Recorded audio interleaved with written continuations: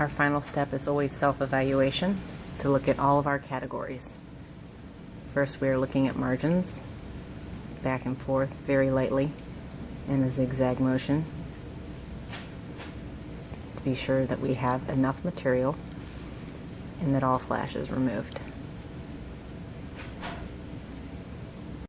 Anatomy, we have a mesial pit, a central pit, a distal pit. We have our central groove, our lingual groove, and our buccal groove. Look at the smoothness to be sure there are no pits or voids. Is it scratchy? Is it facetted? Your amalgam should be very smooth, not grainy.